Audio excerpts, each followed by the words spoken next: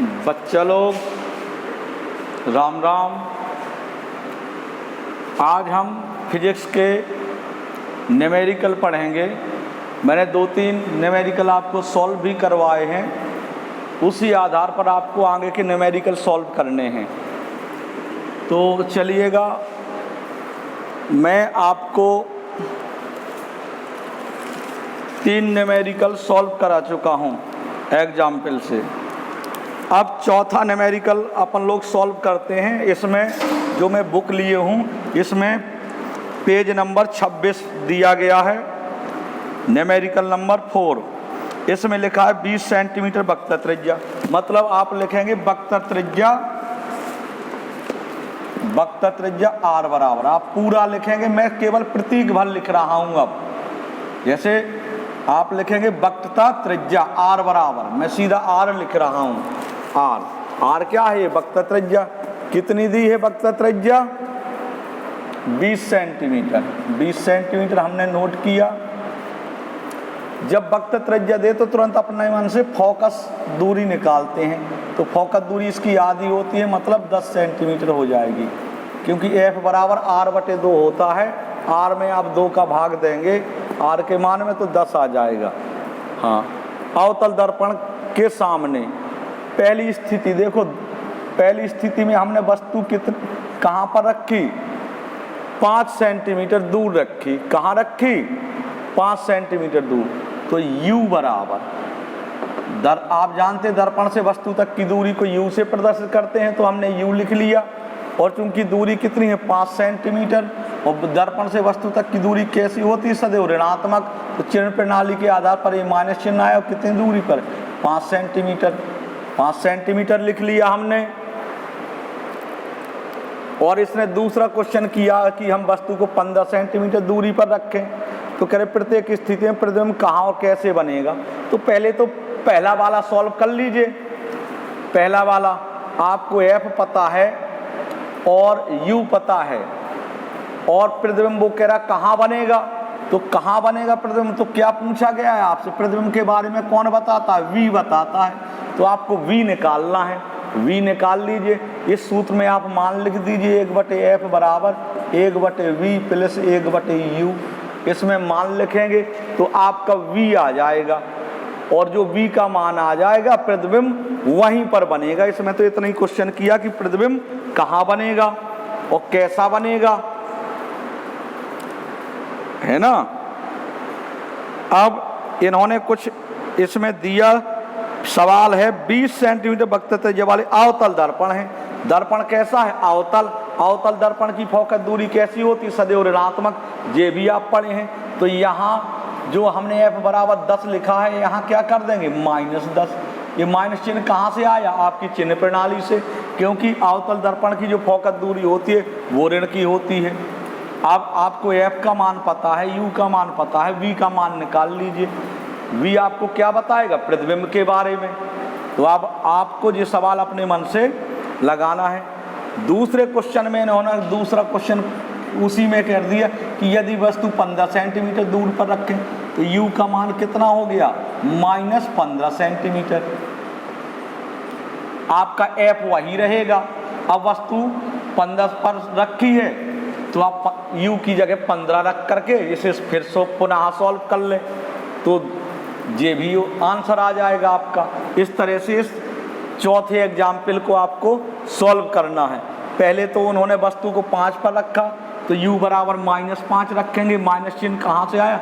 दर्पण से वस्तु तक की दूरी ऋणात्मक होती है, इस वजह से -5 रखा। इसको सॉल्व कर लीजिए तो v का मान आ जाएगा, और पता चल जाएगा कि प्रतिबिंब कहाँ बनेगा। आप कह रहे हैं कि अगर हम वस्तु को 15 पर रखें, तो 15 पर रखें तो दर्पण से वस्तु तक की दूरी कितनी हो जाएगी? 15 सेंटीमीटर। क्योंकि दर्पण से वस्तु तक की दूरी ऋणात्मक होती है, तो इसका मान भी किसका हो जाएगा? ऋण का, ऋण 15। और फोकस आपका दिया ही गया, वो बदल नहीं रहा है। f बराबर -10 रख लेंगे, तो फिर पुनः v का मान फिर निकाल लीजिए।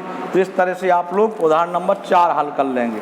चलो, अब मैं उदाहरण नंबर आपको 5वां बता रहा हूँ। ये मैं मिटा रहा हूँ, आपको इसे लगाना है। ये मैंने केवल हिंट भर दी है आपको।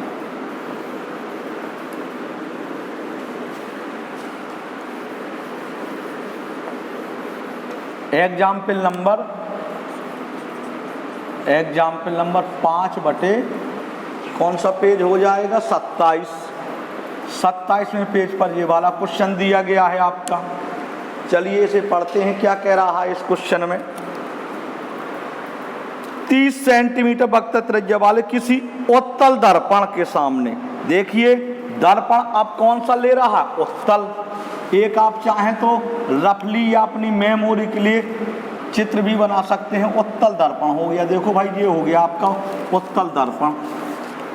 इसकी वक्र त्रिज्या r कितना दिया गया उत्तल दर्पण का 30 सेंटीमीटर। मैंने बताया कि जब आपको r दिया जाए, वक्र त्रिज्या दी जाए, तो तुरंत फोकस निकालते हैं। फोकस क्या हो जाएगा, इसका आधा होता है कि नहीं, वक्र त्रिज्या का आधा होता है फोकस दूरी। वक्र त्रिज्या की आधी क्या होती, फोकस दूरी। तो 15 सेंटीमीटर फोकस दूरी हो गई। अब फोकस दूरी में आप विचार कर लीजिए कि ये धन की होगी कि ऋण की होगी।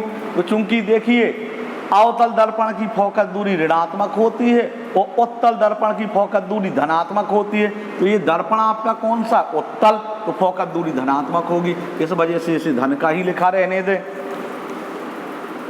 समझ में आ गया बस। हाँ, 30 सेंटीमीटर वक्र त्रिज्या वाले किसी उत्तल दर्पण के सामने 15 सेंटीमीटर दूरी पर रखी वस्तु कितनी दूरी रख रहे हैं, 15 सेंटीमीटर दूरी पर वस्तु रख रहे, u बराबर 15 सेंटीमीटर। अब इसमें भी चिन्ह पर विचार कीजिए, क्योंकि वस्तु रखी है तो दर्पण से वस्तु तक की दूरी सदैव कैसे होती, ऋणात्मक। इस वजह से u बराबर -15 सेंटीमीटर हो जाएगा। ये ऋण चिन्ह कहाँ से आया, चिन्ह प्रणाली से। रखी वस्तु का प्रतिबिंब कहाँ बनेगा और कैसा बनेगा, कहाँ बनेगा और कैसा बनेगा, प्रतिबिंब कहाँ बनेगा और कैसा बनेगा, तो अपन को ये देखना है।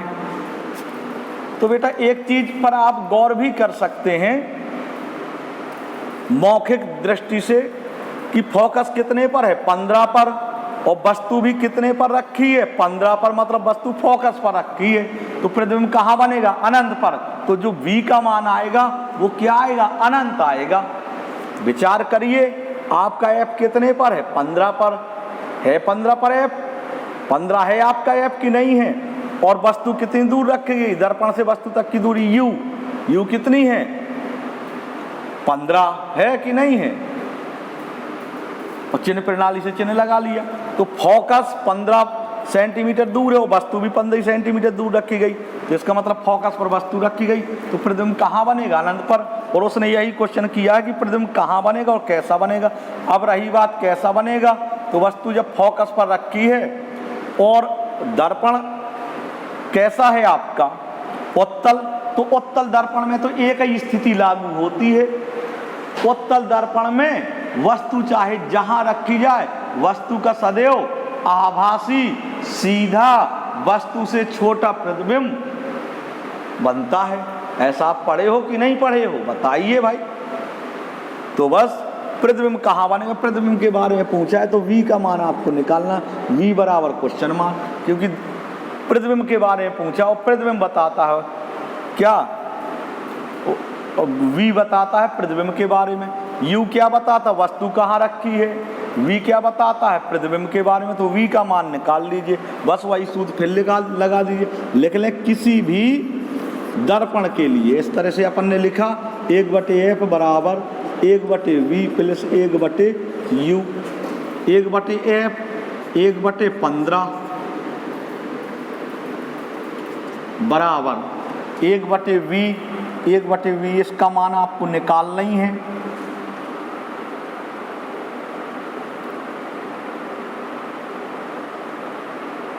इसका मान आपको v का मान निकालना है, v लिख लिया, 1/f 1/15 लिखा बराबर, यहाँ प्लस चिन्ह लगा देंगे आप लोग, और इधर 1/u, अब 1/u का मान कितना, 1/-15 लिखा, v को इसी साइड लेने, अंक को एक साइड पक्षांतर कर लें, 15 प्लस 1/15, जिस तरफ माइनस का 15 आएगा, माइनस चिन्ह तो पहले ऊपर लगेगा और माइनस चिन्ह का इधर आएगा तो काय का हो जाएगा, प्लस का, बराबर क्या है 1/v। मैथ आप जानते हैं सॉल्व करना, हर बराबर है तो कितना आ जाएगा 2/15 बराबर 1/v। 2v बराबर कितना आ जाएगा 15, तो v बराबर कितना आ जाएगा 15/2, v बराबर 7.5 सेंटीमीटर। अर्थात प्रतिबिंब कितने पर बन जाएगा 7.5 सेंटीमीटर दूर बनेगा। मतलब 7.5 सेंटी फोकस है कहाँ 15 पर, और ये 15 से कम आया कि नहीं आया, तो उत्तल दर्पण में तो कहाँ बनता है प्रतिबिंब P और F के बीच बनता है, तो ये P और F के बीच बन जाएगा। लेकिन 15 का ठीक आधा है तो ठीक बीच में बनेगा। समझ में आ गया होगा, 7.5 सेंटीमीटर पर बनेगा। अब उसने आगे इसी में क्वेश्चन किया कि यदि दर्पण अवतल हो तो, अब अवतल के लिए अब दर्पण अवतल होता तो F, अब दर्पण अवतल है तो ये यहाँ हेडिंग सी डाल लेंगे अवतल दर्पण के लिए। अब अवतल दर्पण के लिए लगा लो, अवतल दर्पण के लिए, अवतल दर्पण के लिए तो आपका F जो है अवतल दर्पण के लिए क्या हो जाएगा -15 होगा कि नहीं। और ये तो आपका U जो है क्या है, और वस्तु तक की दूरी ये तो सदैव ऋणात्मक होती है। कहाँ बनेगा प्रतिबिंब, मतलब कौन बताएगा, V बताता प्रतिबिंब के बारे में, V बराबर क्वेश्चन मार्क। अब आप फिर UVF में मान लिख दीजिए जी, तो आपका अवतल दर्पण के लिए प्रतिबिंब के बारे में आ जाएगा। तो ये मेरे ख्याल से समझ में आ गया है। चलिए उतारना हो जिसको उतार लें, आगे ये वाला आगे सॉल्व करना है आपको। 2-3 क्वेश्चन में समझा चुका हूँ, उसी आधार पर लगाने हैं आपको। उदाहरण नंबर 5 हो गया। अब हम उदाहरण नंबर 6 पर चलते हैं। उदाहरण नंबर 6 समझना है अब आपको।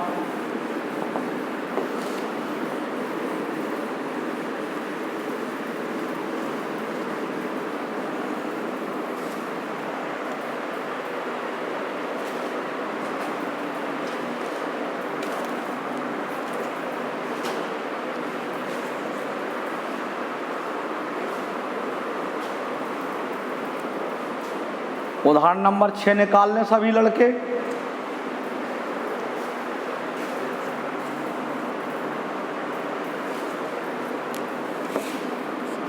एग्जाम्पल 6 पेज नंबर है आपका 28 पेज पर देखें। मेरी किताब के हिसाब से, जो मैं राजू के प्रकाशन की किताब से आपको विज्ञान के न्यूमेरिकल पढ़ा रहा हूँ, फिजिक्स के, इसमें क्या कह रहे हैं 6वें क्वेश्चन में,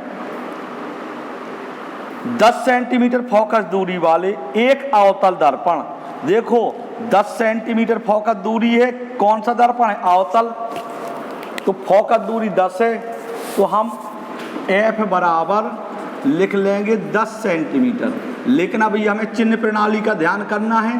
दर्पण कौन सा है अवतल, तो अवतल दर्पण की फोकस दूरी सदैव कैसी होती है ऋणात्मक होती है, तो इसमें आगे ऋण का चिन्ह लगा देंगे। ये ऋण का चिन्ह आपने जो लगाया कहाँ से लगाया, चिन्ह प्रणाली से। एक 10 सेंटीमीटर फोकस दूरी वाले एक अवतल दर्पण से कितनी दूरी पर वस्तु रखी जाए, ये पूछ रहे हैं कि कितनी दूरी पर वस्तु रखी जाए, मतलब दर्पण से वस्तु तक की दूरी पूछ रहे हैं, कितनी दूरी पर वस्तु रखी जाए। तो क्या पूछा गया आपसे, U पूछा गया, U कितनी दूरी पर वस्तु रखी जाए, तो ये आपका क्वेश्चन मार्क हो गया। वो कह भी रहे कि कितनी दूरी पर वस्तु रखी जाए, तो दर्पण से वस्तु तक की दूरी पूछी है। दर्पण से वस्तु तक की दूरी पूछने का मतलब है U पूछा गया है आपसे, रखी जाए कि उसका 5 गुना बड़ा प्रतिबिंब बने, 5 गुना बड़ा प्रतिबिंब बने। प्रतिबिंब कितना बड़ा बनाना है 5 गुना। तो भैया पहले तो अपन को ये पता होना चाहिए कि वस्तु कितनी है, तो अगर वस्तु की नाप अपन को पता हो जाए कि वस्तु इतनी है, तो उसका फिर प्रतिबिंब 5 गुना कर दीजिए। यदि वस्तु 2 सेंटीमीटर की होती है उदाहरण के तौर पर, तो प्रतिबिंब कितने का बनाना चाहिए, 2 का 5 गुना कर दीजिए तो 10 का बनना चाहिए प्रतिबिंब। अब हमें वस्तु तो बता ही नहीं कि कितनी है, वो तो ये कह रहे हैं कि प्रतिबिंब कितना गुना बने, प्रतिबिंब कितना गुना बने। हमसे ये पूछा गया कि प्रतिबिंब 5 गुना बड़ा बने, तो क्या तुम्हें ये पता है कि वस्तु कितनी है अपनी जिसका 5 गुना बड़ा प्रतिबिंब बने। वस्तु तो पता नहीं है, अपन को वस्तु पता नहीं है, तो अपन वस्तु की नाप कुछ मान लेते हैं। तो लिखेंगे माना वस्तु की लंबाई, माना वस्तु की लंबाई।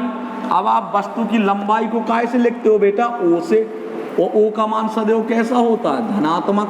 माना वस्तु की लंबाई ओ बराबर, वस्तु की लंबाई आप कितनी मान लो? x लिखा हमने, वस्तु की लंबाई x हो गई। जब वस्तु x लंबाई है, x सेंटीमीटर मान लीजिए, वस्तु की लंबाई कितनी है? x centimetre. क्योंकि उन्होंने वस्तु की लंबाई नहीं दी है, वो तो कह रहे भैया हमें 5 गुना बड़ा प्रतिबिंब दिखना चाहिए।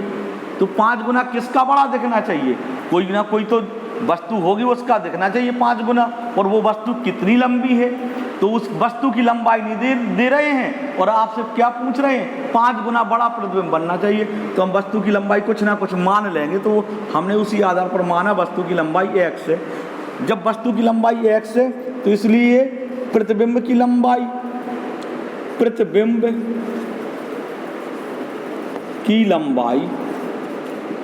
की लंबाई काय बराबर? आई बराबर होता है ना। प्रतिबिंब की लंबाई को आई से लिखते हैं आप।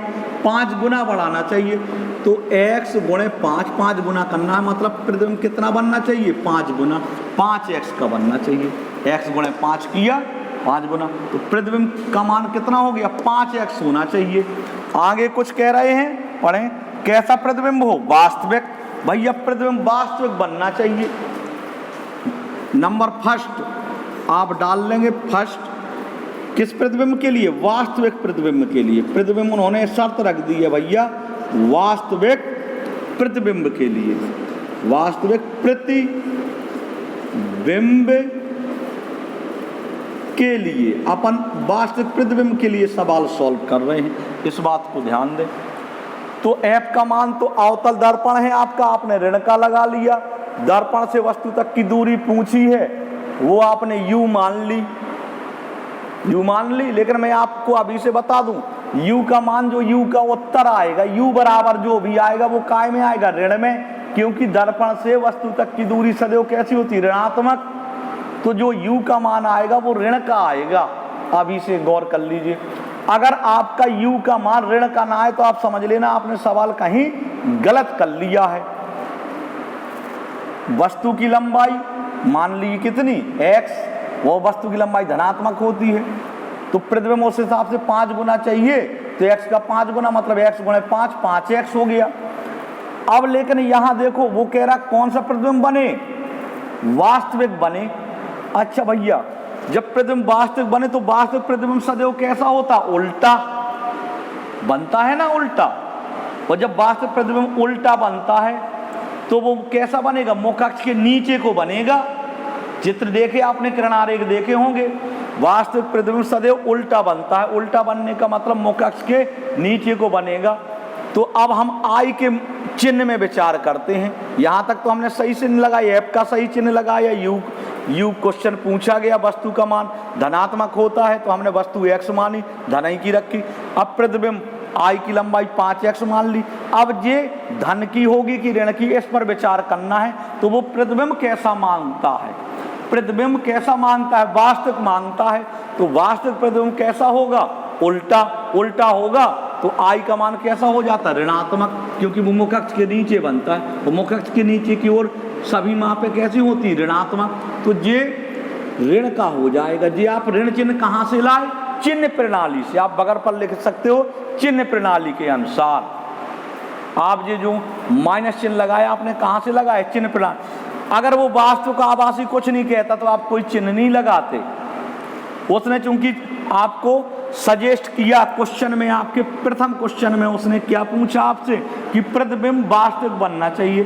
तो वास्तविक बनना चाहिए तो अब हम चिन्हों पर गौर करें तो ओ तो धनात्मक होता है। अब प्रतिबिंब की लंबाई आई, इस पर विचार करिएगा कि आई धनात्मक हो गई कि ऋणात्मक। तो उसने कहा वास्तविक प्रतिबिंब बने, तो आप जान गए वास्तविक प्रतिबिंब उल्टा बनता है, अर्थात मुख अक्ष के नीचे बनेगा, इसलिए इसका मान ऋणात्मक होगा। तो इसमें आपको तुरंत ऋण चिन्ह लगाना है। अगर वो आगे उसने, देखो बेटा, आगे उसने क्वेश्चन किया आभासी, उसको बाद में समझते हैं, लेकिन थोड़ा सा भी समझ लीजिए। आभासी, अगर वो कहता आभासी प्रतिबिंब बने तो आभासी प्रतिबिंब की अगर शर्त रख देता बनाने की आभासी प्रतिबिंब बनाना है। तो आभासी प्रतिबिंब सीधा बनता, सीधा प्रतिबिंब कहाँ हो तो मुख अक्ष के ऊपर। तो फिर I का मान कैसा हो जाता, धनात्मक, क्योंकि वास्तविक प्रतिबिंब कहा है इस वजह से इसका मान ऋणात्मक होगा। अगर आभासी प्रतिबिंब कहता तो इसी का मान धनात्मक अपन लोग रखते। तो I में कहाँ से ये ऋण चिन्ह आया आप लोग जान गए। अब चूंकि आपको F पता है, U पूछा गया है और कंप्लीट सूत्र आपका ये होता है 1/F बराबर 1/V प्लस 1/U। तो आपको F पता है, U आपको पूछा गया है, नहीं पूछा गया, U पूछा गया है। क्या आपको इस सूत्र में मान रखना है तो क्या आपको V पता है? V पता नहीं है। और सवाल में इसमें तीन चीजें आती हैं, देखो तीन चीजें हैं, F V U, मतलब U V F, तीन चीजें आती हैं। अगर तीन में से हमें एक अज्ञात है तब तो हम इसको सॉल्व कर सकते हैं। अगर दो चीजें अज्ञात हैं तो इसको सॉल्व कैसे कर पाओगे बताइए। तो ये सॉल्व नहीं होगा, पहले आपको दो चीजें पता होनी चाहिए। आपको अभी केवल F पता है, ना तो U पता है ना V पता है। तो सबसे पहले किसको पता आप करेंगे? V को पता करेंगे। किसको पता करेंगे? V को पता करिए आप। V पता करिए कि V कितना हो। जब V पता हो जाएगा तो U ऑटोमेटिक निकल आएगा, फिर इसमें मान लिखेंगे। तो अभी हमें सबसे पहले क्या पता करना है? V पता करना है, V। तो आपने एक सूत्र पढ़ा है I, चूंकि I/O बराबर माइनस V/U, पढ़ा है कि नहीं पढ़ा है बताइए। पढ़ा है आपने ऐसा सूत्र? अच्छा, ये सूत्र हमने क्यों लगाया इस पर भी विचार कर लें। क्योंकि आपको I पता है 5x है, माइनस का 5x, O पता है कितना है, x है। पता है कि नहीं है? पता। तो देखिए I कितना लिखेंगे आप लोग, माइनस का 5x, और O कितना है, x, बराबर माइनस V/U। x से x जाएगा, माइनस इस तरफ है, माइनस इस तरफ, तो बराबर बराबर के माइनस कट जाते हैं। अब आप इधर क्या आ गया, एक कैंची गुणा कराएं, VA कम V बराबर 5U का गुणा 5 में कराए तो कितना आ जाएगा, 5U आ गया आपका। अब आपको किसका मान पता चल गया, V का। V का मान 5U है। V बराबर कितना है, 5U आ गया आपका। अब इस सवाल में अब आपको V का मान पता हो गया। अब F का मान आपको पता है, V का मान 5U आ गया, 5U लिख देंगे, और U इसमें है ही तो U तो निकालना है। तो चलिएगा इसे समीकरण 1 मान लीजिए। यहाँ लिखेंगे किसी भी, चलो मैं नीचे ही सॉल्व कर देता हूँ। यहाँ लिखेंगे, वहाँ ना सॉल्व करके आए, यहाँ लिखेंगे किसी भी दर्पण के लिए, अपन ने लिखा किसी भी दर्पण के लिए 1/F बराबर 1/V प्लस 1/U। अपन ने ऐसा लिखा 1/F, F का मान लिखेंगे -10, लिखा है ऊपर, पता है, बराबर 1/V, 1/V। क्योंकि हमें V की तो आवश्यकता ही नहीं है, V का मान हमसे पूछा ही नहीं गया। और जब हमसे V का मान पूछा नहीं गया तो हम V क्यों रखे रहे, V की जो वैल्यू है वो रख लें। V की वैल्यू यहाँ कितनी आई, मतलब V बराबर कितना आया, 5U। तो इसकी जगह लिख दीजिए 5U प्लस 1/U। अब बस आप इसको सॉल्व करिएगा। माइनस चिन्ह हमेशा ऊपर पहुंच जाता, -1/10 बराबर लासा आपका कितना आ जाएगा, 5U लासा आ जाएगा। नहीं आ जाएगा बेटा, 5U का नीचे भाग दो, एक ही बार जाएगा तो यहाँ 1 आ जाएगा। यहाँ U का भाग दिए तो कितनी बार गया, 5 बार, तो ऊपर 5 का गुणा कराएंगे तो 5 आ जाएगा। समझ में आ गया। बराबर बराबर के कट जाते हैं तो 5 1 5 5 2 10, ये काट दीजिए, ये कितना आ जाएगा, -1/2 बराबर 6/2 5 1 6 बटे में क्या आ जाएगा u। आगे आपका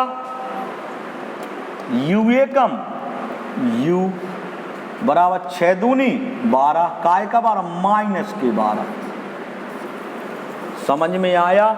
मैंने एक चीज बताई थी कि u का मान ऋण में आएगा, क्योंकि दर्पण से वस्तु तक की दूरी सदैव कैसी होती? ऋणात्मक। ऋण में आया, इसका मतलब हमने सवाल सही लगाया। वो यही पूछ रहा था कि वस्तु कितनी दूरी पर रखी जाए, तो वस्तु कितनी दूरी पर रखी जाए? 12 सेंटीमीटर दूरी पर रखी जाए। वस्तु कितनी दूरी पर रखी जाए? 12 सेंटीमीटर दूरी पर रखी जाए। क्वेश्चन सॉल्व हो गया। अगर वो ऐसा आगे पूछ सकता, मैं अपने मन से बता रहा हूं, अगर वो पूछता कि और प्रतिबिंब कहां बनेगा, प्रतिबिंब कहां बनेगा, तो प्रतिबिंब के बारे में कौन बताएगा? V। तो देखो इधर से V निकाल लो, V बराबर 5u है, u का मान आपको 12 है, तो इसमें क्या लिख देंगे आप? 12, u की जगह -12 लिखो, तो 12 पंचे 60 माइनस 60, v बराबर क्या आ जाएगा? -60 सेंटीमीटर। अतः माइनस का चिन्ह आया, तो प्रतिबिंब भी कहाँ को बनेगा? वस्तु की तरफ, क्योंकि ऋण में है ना। -60 आया, माइनस चिन्ह एक कब आता है? माइनस चिन्ह कब लगाना होता है या कब लगता है? माइनस चिन्ह आने का मतलब है कि प्रतिबिंब वस्तु की ओर बनेगा, क्योंकि वस्तु की ओर की समझ दूरियां कैसी होती है? ऋणात्मक। और ये ऋण में आया है -60, तो प्रतिबिंब कितनी दूर पर बनेगा? 60 सेंटीमीटर दूर बनेगा। और कहां को बनेगा? वस्तु की तरफ बनेगा, क्योंकि ऋण चिन्ह लगा है। क्योंकि उसने ये पूछा था, देखो किताब क्या कह रही है कि कितनी दूरी पर वस्तु रखी जाए कि उसका 5 गुना बड़ा प्रतिबिंब बने। तो 5 गुना बड़ा प्रतिबिंब बनाने के लिए जो है वस्तु कितनी दूर रखी जाए? 12 सेंटीमीटर दूरी पर रखी जाए। आप अतः करके आंसर लिखे, अतः वस्तु दर्पण से 12 सेंटीमीटर दूर रखी जाएगी। ये आपका उत्तर हो गया। एक्स्ट्रा में अगर वो पूछता है कि प्रतिबिंब कहाँ बनेगा, तो प्रतिबिंब के बारे में कौन बताएगा भाई? V। अब V का मान आप निकाल लो, तो आप समीकरण 1 को देख रहे हैं, V बराबर 5u, u का मान -12 पहले से पता है, 5 गुणे -12 तो 12 पंचे 60, -60 आ जाएगा। माइनस चिन्ह ये बताता है कि प्रतिबिंब वस्तु की ओर बनेगा, क्योंकि वस्तु तक की दूरियां ऋणात्मक होती हैं। और लिख देंगे प्रतिबिंब, अतः प्रतिबिंब 60 सेंटीमीटर दूरी पर बनेगा। जी आंसर आपका हो गया, सवाल लग गया आपका। अब इसमें इसने दूसरा क्वेश्चन भी आपसे कर दिया कि प्रतिबिंब कैसा हो? आभासी हो। अब देखो प्रतिबिंब कैसा हो? आभासी। तो मैं अब आभासी के लिए यहां से लगा रहा हूं। आभासी के लिए, आभासी के लिए देखो क्या, आभासी प्रतिबिंब के लिए, प्रतिबिंब के लिए सब कुछ लिखो। आभासी F बराबर तो आपका -10 पहले से दिया गया है, 10 सेंटीमीटर दिया ना। और U बराबर क्वेश्चन मार्क है, क्वेश्चन मार्क लगा दिया। वस्तु की लंबाई आपने O बराबर कितनी मानी थी बताइए? पहले से सब लिखा, मैं तो दोबारा लिख रहा हूँ आपको समझ में। वस्तु की लंबाई x मानी थी, और प्रतिबिंब 5 गुना बड़ा चाहिए आपको। 5 गुना बड़ा मतलब 5x हो जाएगा, 5x हो जाएगा, प्रतिबिंब 5x का हो जाएगा। चूंकि आप इसके चिन्ह में विचार करें, इसमें कौन सा चिन्ह लगेगा बताइएगा? आभासी प्रतिबिंब बनाना है, तो जो आभासी प्रतिबिंब बनाना है तो कैसा बनता है आभासी प्रतिबिंब? सीधा सीधा बनता है, मतलब मुख अक्ष के ऊपर बनेगा, तो इसका मान कैसा होगा? धन का ही रहेगा। बस आप कुछ नहीं करिएगा, आपको F पता है, U निकालना है, V और पता कर लीजिए। तो फिर पुनः इसी सूत्र में मान लीजिए I/O बराबर -V/U। वही सवाल है, बस ये धन का 5x लिखने लगी, ये आभासी के लिए हो जाएगा। और बकाया सेम वैसे ही हल कर दीजिए, धन का 5x लिखने लगी, जहाँ आप माइनस चिन्ह -5x लिखते थे वहाँ आपको +5 लिखना है, क्योंकि चिन्ह प्रणाली बताती है। आई बटे ओ, आई का मान है 5x और ओ का मान है x बराबर माइनस वी बटे यू, माइनस वी बटे यू, वी की जगह वी लिखी, यू की जगह यू लिख ली, x से x गया है ना। तो अब कैंची गुणा कराएंगे तो आपका क्या हो जाएगा, माइनस वी बराबर 5u या v बराबर माइनस 5u। बस अब आपको v का मान आ गया। अब आप इसमें मान लिख दें, 1/f बराबर 1/v प्लस 1/u। इसमें v की जगह माइनस का 5u लिखने लगे। इसमें v की जगह आपने काय का u लिखा था, प्लस का 5u, वही इसमें देखो बेटा माइनस का 5u लिखना। तो इसके आधार पर आप सॉल्व कर लेंगे तो इसका आंसर आ जाएगा। ये आपको सॉल्व करना है। इसी तरह से आपकी राजीव प्रकाशन की जो किताब है, इसके जितने भी एग्जाम्पल थे पूरे समाप्त हो चुके हैं। अब आपको प्रश्नावली के सवाल लगाने हैं। अब आपकी प्रश्नावली में देखो लिखा रहता आंकिक प्रश्न। देखो ये लिखा है पेज नंबर 32 पर लिखा है आंकिक प्रश्न।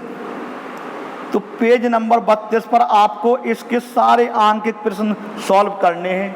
थ्योरिकल तो मैं पढ़ा चुका हूँ, प्रश्नावली से आप थ्योरिकल क्वेश्चन भी पढ़ लीजिए। जो किताब में प्रश्नावली दी है तो पहले इसमें दिया है दीर्घ उत्तरी प्रश्न, इनको पढ़िएगा। जो समझ में ना आए वो हमसे पूछिएगा। इसके बाद लघु उत्तरी दिए हैं, इनको भी पढ़ लीजिएगा। समझ में ना पूछिएगा। इसके बाद अति लघु उत्तरी दिए हैं, उनको भी पढ़ लीजिएगा। अति लघु उत्तरी के बाद आपके आंकिक प्रश्न दिए हैं, तो आंकिक प्रश्नों को आप अपने मन से सॉल्व करेंगे। जो समझ में ना आए वो पूछेंगे। आंकिक के बाद बहुविकल्पी दिए हैं, तो बहुविकल्पी भी प्रश्न आप अध्ययन कर लें। और जहाँ जिन प्रश्नों के समझने में कहीं दिक्कत आ रही हो, रटना कुछ नहीं है विज्ञान में, किसी सब्जेक्ट में कुछ नहीं रटना है। तो जहाँ जो आपको समझ में ना आए वो सीधा आप हमसे क्वेश्चन पूछ सकते हैं। बाई मोबाइल से क्वेश्चन लिखवा सकते हैं। मेरे नंबर पर कॉल करिए, क्वेश्चन लिखवा दीजिए, मैं आपको यहाँ समझा दूंगा। मोबाइल पर नहीं तो ग्रुप में डाल दीजिए, वो क्वेश्चन आपको समझा दिए जाएंगे। मतलब आपका एक पार्ट पूरी तरह से समाप्त हो चुका है। भौतिक विज्ञान का एक पार्ट आपका समाप्त हो चुका है। मैं सवालों के थ्योरिकल भी हो गया, आपका न्यूमेरिकल भी हो गया। अब आपको इसके प्रश्नावली जो आपकी देते हैं, पाठ के अंत में लिखा रहता है प्रश्नावली, उसको उस प्रश्नावली को पढ़िएगा। उसमें जहाँ दिक्कत हो वो पूछ सकते हैं आप लोग। तो आप हर तरह के क्वेश्चन पढ़ डालिए, दीर्घ उत्तरी, लघु उत्तरी, अति लघु उत्तरी, बहुविकल्पी और आंकिक प्रश्न। आंकिक का मतलब न्यूमेरिकल पढ़ डालिए। बस आज के लिए बस इतना ही। कल क्वेश्चन पूछेंगे, जब आपके क्वेश्चन मेरे पास आएंगे मैं उनको सॉल्व करके बताऊंगा। नहीं तो नेक्स्ट टाइम से मैं अगला पार्ट शुरू कर दूंगा। धन्यवाद।